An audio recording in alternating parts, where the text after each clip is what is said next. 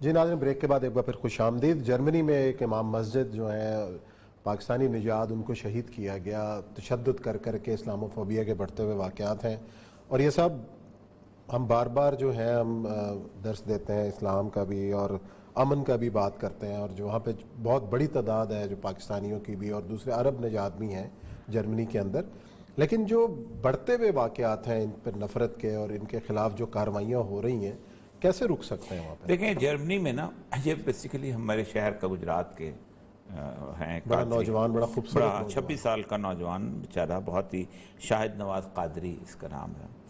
اور آپ کو یاد ہوگا کہ جرمنی میں ایک ان کا ایم پی جو ہے وہ تحریک لبیک کے نام پر وہاں منتخب ہوا ہے۔ اچھا، جرمنی میں بھی؟ چیما نام ہے اس کا، مجھے یاد آ جائے گا۔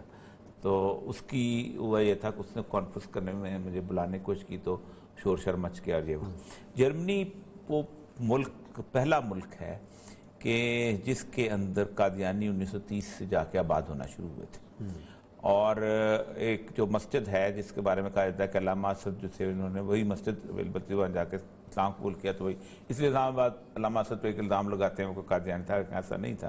اس نے باقاعدہ آپ قادیانیوں کے ظفر اللہ خلاف بہت سخت قسم کی زبان اپنی بایوگرافی میں استعمال کی ہے۔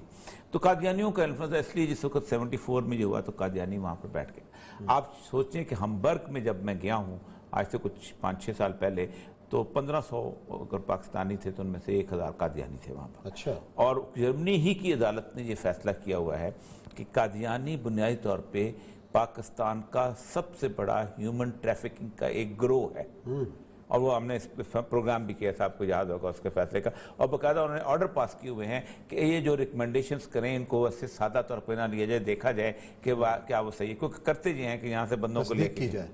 ٹھیک اسی طرح اس سے بہت پہلے ایک واقعہ ہوا تھا، ایک قادیانی تھا، اس کی بیٹی جو تھی اس نے اسلام قبول کر لیا تھا اور ایک اور سے شادی کرنے چاہ رہی تھی، تو اس قادیانی نے اس کو عدالت میں قتل کر دیا تھا، اور یہ جرمنی میں واقع ہوا ہے، کسی اور جگہ نہیں ہوا۔ اور وہ اس پہ بھی شاید ہم نے ایک پروگرام کیا تھا۔ اور تو اس لیے یہ جو گروہ تھا، یہ جو اپنا قادری وغیرہ کا، یہ بڑا ایکٹیو وہاں پر ہو چکا ہوا تھا، اور ان کے خلاف بھی اور ویسے بھی، چونکہ جرمن نیشنل تھے۔ تو یہ واقعہ جو ہوا ہے یہ جرمن سوسائٹی کے یہ بہت بڑا چیلنج ہے۔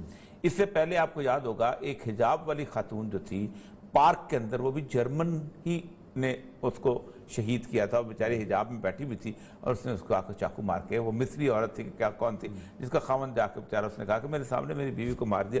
اس کا ایک جرم یہی تھا کہ اس نے پاکستان میں اگر اس وقت کسی چرچ کے پادری کو، کوئی چھوٹے سے چرچ کا اس کو کیا ہوتا تو، اور یعنی جیسے کون سا گوجرے کا کوئی واقعہ ہوا ہے کسی اور جگہ، تو اسے پاکستان میں سارے آئی رحمان سے لے کے فلانے سب ایسے رحمان ہے، کیا نام ہے، آئی رحمان، یہ سب نکل آ رہے تھے، سارے ہیومن رائٹ ایکٹیوسٹ کھڑے ہو جاتے کہ یہ کیا ہو گیا اور یہ کیا ہو گیا۔ آسیہ مسیح کی تصویریں لگ جاتی وہاں پر، لیکن اس کی تصویر نہیں لگے گی ہماری ٹاؤن ہال کے اوپر۔ ہونا تو یہ چاہیے کہ پاکستان کے اسلام آباد کے جو سیکریٹریٹ ہے اس میں جرمن اس مولوی کی تصویر لگنی چاہیے، اور کوئی نہیں تو گجرات کی مسلم کمیٹی کے بارے تو لگے یہ تصویر احتجاج کے طور پہ، جب تک اس کا قاتل سامنے نہیں آتا۔ لیکن مسئلہ سمجھ ہے کہ وہ حمیت نام تھا جس کا گئی تیمور کے گھر سے، والی بات ہے، غیرت نام کی کوئی چیز جو ہے نہ ہم میں ہے نہ مسلم امہ میں، تبھی ہم ذلیل و رسوا ہو رہے ہیں۔ ہم نے نہ ریاکشن شو کیا، نہ ایک کوئی بندہ بچہ لے کے نا برٹش نیشنل کو بندہ آ جائے نا وہاں سے، تو پورے کا پورا برطانوی ایمبسی پاکستان میں اس کو ڈھونڈتی ہے، نکالتی ہے اور لے کے چلے جاتی۔ آپ کو یاد ہوگا کہ وہ جیلم میں ایک قتل ہوا تھا، بندہ جو تھا ٹیکسی ڈرائیور جو تھا، ٹھیک ہے، اور اس کے پیچھے پوری کی پوری برٹش ایمبسی آ گئی تھی کہ آپ اس کے قاتل کو پھانسی دیں اور یہ کریں، حالانکہ ان کے اپنے آپ پھانسی نہیں، لیکن جہاں وہ دلوا کے گئے تھے۔ تو اصل مسئلہ یہ ہے کہ پاکستان کے ایک شہری ہوا ہے، پاکستان کو فارن آفس کے لیول پہ، شاہ محمود قریشی صاحب کے لیول پہ احتجاج کرنا چاہیے کہ اس کے قاتل کو ڈھونڈو۔ یہ نہیں ہو سکتا کہ ایک آدمی جو ہے اس کی ہمارے ساتھ ریلیشن، اس کی فیملی ساری ہو اور وہ اتنا یارو مددگار ہو پہ مارا جائے۔ اچھا، یہ دوسرا ایشو ہے لندن میں جو ایک ریپبلک ٹی وی ہے، ریپبلک ٹی وی، اور نب گوسوامی صاحب بڑے زہر آلود قسم کے پروگرام کیا کرتے ہیں، خاص طور پر پاکستان کو نشانہ، اور یہ پہلا قدم ہے کہ جو وہاں کی جو ریگولیٹری اتھارٹی ہے جو لندن میں ٹی وی کو کنٹرول کرتی ہے، اس نے اس ٹی وی کو بھاری جرمانہ کیا، پابندی عائد کی ہے. ویسے تو گوسوامی صاحب ویسے بھی بڑی مشکل حالات میں چل رہے ہیں، اندر ہیں، کیسز کا ہے، لیکن یہ ایک عالمی سطح پہ بھی اس بات کا جو ہے وہ اب سامنے آ گئی ہے کہ بھارت کی تمام جو فاسد جھوٹ ساز فیکٹریاں بے نقاب ہو رہی ہیں. بھاری جرمانہ. دیکھیں یہ بہت بڑی رپورٹ تھی کہ جس کے اوپر ہم نے ایک پروگرام بھی کیا تھا، بہت کم لوگوں نے کیا. آپ دیکھیں اس کی ریلیٹڈ کل میں ایک خبر دیکھ رہا تھا کہ پاکستان کے اندر ایک این جی او ہے کہ جو اس پورے نیٹ ورک کی این جی او تھی، اور وہ پاکستان کے اندر فورن فنڈنگ کے ساتھ چل رہی تھی اسی گروپ کے اندر، اور اس نے کوئی ای اے ڈی سے کوئی رجسٹریشن نہیں کروائی ہوئی تھی. کوئی اب کل یا پرسوں جو ہے اس نے جیسی رپورٹ آئی ہے اس نے رجسٹریشن کا کہا ہے. اچھا. لیکن پاکستان کے اندر کوئی اس کی کوئی ریسٹرکشن نہیں.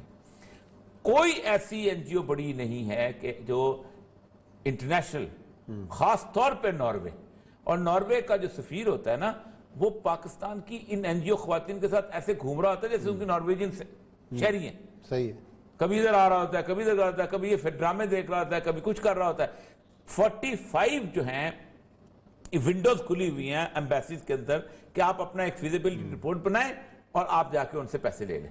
آغا خان نے ایک ڈائریکٹری ہر سال شائع کرتا ہے، ڈونر سپورٹ ڈائریکٹری، اور ڈائریکٹری جو بتاتا. اب یہ جو اتنا بڑا ایکشن ہوا ہے اس سے ایک تو کلی کھل گئی ہے پورے کے پورے اس انڈین. اب میں سے ٹویٹ چل رہا تھا، وہ ہماری جو بلوچ وہاں پر کریمہ بلوچ جو ہے، کہ وہ کہتے ہیں کہ بیسیکلی انڈین تو اس کے ساتھ تعلق تھا. یعنی اس نے باقاعدہ ایک انڈین ٹی وی پہ کہا تھا کہ انڈین ٹی وی نے اس کو بلایا کہ یہ وہ خاتون ہے جس نے نریندر مودی کو راکھی بھیجی، اور اس نے کہا کہ آپ نے رکشا بندھن کیوں بھیجا؟ اس نے کہا اس لیے کہ ہماری رکشا کرے. وہ کہتے یہ ہیں کہ جب سے یہ ایکسپوز ہوا ہے اور یہ اس طرح سزائیں ملنی شروع ہوئی ہیں تو انڈیا کے جو را ہے وہ اپنے تعلق والے لوگ جو ہیں ان کا خاتمہ کر رہی ہے. اسی طرح وہ اس میں سویڈن میں ایک پاکستان وہ بھی ڈوب کے مرا ہے، بلوچ بیچارہ. یہ بیچاری بھی بلوچوں کی ٹریپ ہو گئی تھی ان کے اندر، ان کے اس میں. اب یہ جو لوگ اس کے ساتھ آئے تھے، ہوتا بھی یہی ہے کہ سب سے پہلے وہ اپنے ٹریسز مٹاتے ہیں، کیونکہ انہیں اس بات سے کوئی غرض نہیں ہوتی کہ کون ان کے لیے کام کرتا رہا ہے، کب کام کر رہا ہے، کتنا کام کر رہا ہے. جس وقت ان کا اپنا انٹرسٹ جو ہے وہ خطرے میں پڑتا ہے تو پھر اپنے بندوں کو خود ذبح کرتے ہیں. اور یہ انٹیلیجنس ایجنسیز کا خاصہ ہے. ایک جو کتابیں آج تک لکھی گئی ہیں جتنی بھی انٹیلیجنس ایجنسیز کو، یہی ہوا ہے کہ انٹیلیجنس ایجنسیز جب کسی پروجیکٹ کو وائنڈ اپ کرنے لگتی ہیں تو قتل کر. باتا ہری سے لے کے آپ دیکھیں وہ جو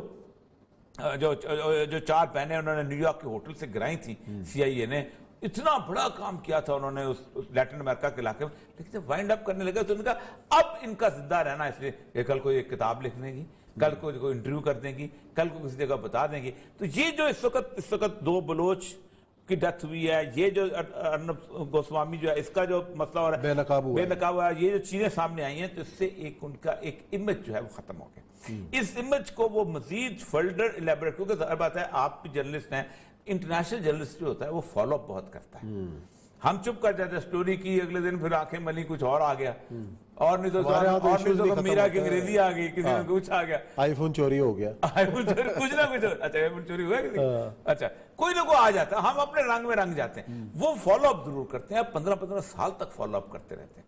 تو اگر وہ یہ سارے کا سارا اتنا بڑا 150 صفحے کی جو رپورٹ ہے وہ جو، اور جس کے اندر انہوں نے کہا ہے کہ، اور اس میں سب سے بڑی بات ہے کہ یونائیٹڈ نیشن کو بیوقوف بنایا گیا پورے. تو وہ پھر اگر فالو کر کے لنک لیتی جو چلے گی. اور اس میں کہا بھی یہ ہے کہ بنیادی طور پر ان دا بگننگ جب یہ چیزیں بنی تھیں تو انڈیا کو اس کا احساس ہی نہیں تھا کہ وہ اتنا لوز کھیل رہا تھا کہ چیزیں پتہ چل گئیں. یہ پتہ چل گیا اکاؤنٹ کس نے بنائے ہیں، کون بنا رہا ہے، پیسے کون دے رہا ہے، سارا کچھ پتہ چل گیا. وہ کہتا ہے پہلے 3-4 سال کی ہی چیزیں تھیں جو ہمیں اس کا ٹریس دیتے ہوئے تھے آخر تک وہاں پر لے گئے. لیکن اور یہ سب سوال یہاں پہ یہ ہے کہ جب سب پتہ چل رہا ہے، یہ انڈیا بے نقاب ہو رہا ہے، تو ہم بیسیت ملک ایک ریاست اپنا کیس ان ملکوں تک کیوں نہیں پلیڈ کر پائے کہ جناب یہ ثبوت ہے، ہم نے ڈوزیر بھی دیا.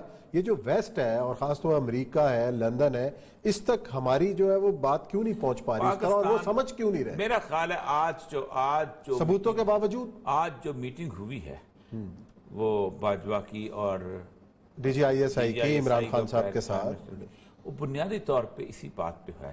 اور ساتھ جو درانی صاحب ملے ہیں، نواز درانی صاحب، شہباز شریف صاحب جیل میں ملے ہیں اور گرینڈ نیشنل ڈائیلاگ کی بات کی ہے، فہم و تفہیم وہ کی بات کہتے کی ہیں ہے، کہ کچھ چل رہا ہے اگر ہم نے اس ملک میں آگے چلنا ہے اور اپنے خطرات کا مقابلہ کرنا ہے تو we need a peaceful Pakistan.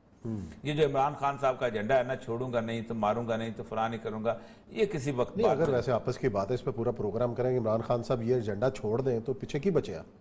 Imran Khan ہاں، پیچھے بنی گالا سیاست تو ان کی پھر ختم ہے نا، وہ تو اسی نعرے پہ 22 سال کیا ہے۔ نہیں، اور رکھے اسی نعرے پہ مشرف آیا تھا، کسی نے کچھ کہا، اسی نعرے پہ ایوب خان آیا تھا، کسی نے کچھ کہا، اسی نعرے پہ ضیاء اللہ کا آیا تھا، کسی نے کچھ کہا۔ ان میں اور عمران خان میں فرق تو ہے نا؟ نہیں، کوئی فرق نہیں ہے، ووٹ لے کے آئے نا، وہ تو ڈکٹیٹر تھے سارے۔ چھوڑ دیں، بس ایسے ہی ہے۔ وہ مسئلہ سارا یہ ہے کہ اس ملک میں کون کس ایجنڈے پہ، کس نے اپنے ایجنڈے، بھٹو نے روٹی کپڑے مکان کا نعرہ لگایا تھا، پاکستان آج تک ووٹ دے رہا ہے، روٹی ملے یا نہ ملے، روٹی کپڑا ملے یا مکان ملے۔ لیکن یہ دو وعدے تو عمران خان نے پورے کیے ہیں، روٹی بھی ملتی ہے، مکان بھی ہے، پناہ گاہ بھی ہے اور لنگر بھی ہے، ہاں وہ دو چیزیں تو کر دی ہیں نا۔ میں آپ کو عمران خان صاحب، اپنا عثمان صاحب، ایک بات یاد رکھیں، پاکستان میں جب بھی کوئی چیز اٹھے گی، یہ ہمارا تجربہ ہے کہ پاکستان میں ریلیجس سینٹیمنٹس جو ہیں وہ بہت امپورٹنٹ۔ یہ لاہور شہر ہے نا، کل قائد اعظم کی برسی ہے، جب تک پیر جماعت علی شاہ اور مشائخ ساتھ نہیں ملے تھے، مسلم لیگ جلسہ نہیں کر سکتی تھی یہاں، ہالوں میں جلسہ کرتے تھے۔ اچھا، جی ہاں، اٹھا لیں تاریخ آپ، ریلیجس سینٹیمنٹ ملا تھا، تو اسی لیے تو مولانا کو ڈرائیونگ سیٹ دی ہوئی اسی ہے لیے وہ نا، کہتے ہیں اس حالت سے نکلو، اسی لیے تو ڈرائیونگ سیٹ دی اس لیے ہوئی ہے۔ کہتے ہیں مولانا جو ہے خطرناک ہو سکتے ہیں، مولانا کل عمران خان کو کلمہ طیبہ پڑھا دیں گے اگر مسئلہ طے ہو جائے، ہم مولانا کو جانتے ہیں۔ چلیں جی، دیکھتے ہیں یہ 3-4 دن کیا پیش رفت ہوتی ہے، سیاست پاکستان کی کہاں جاتی ہے۔ اپنا خیال رکھیے گا، پیر کو ملاقات کریں گے، اللہ حافظ۔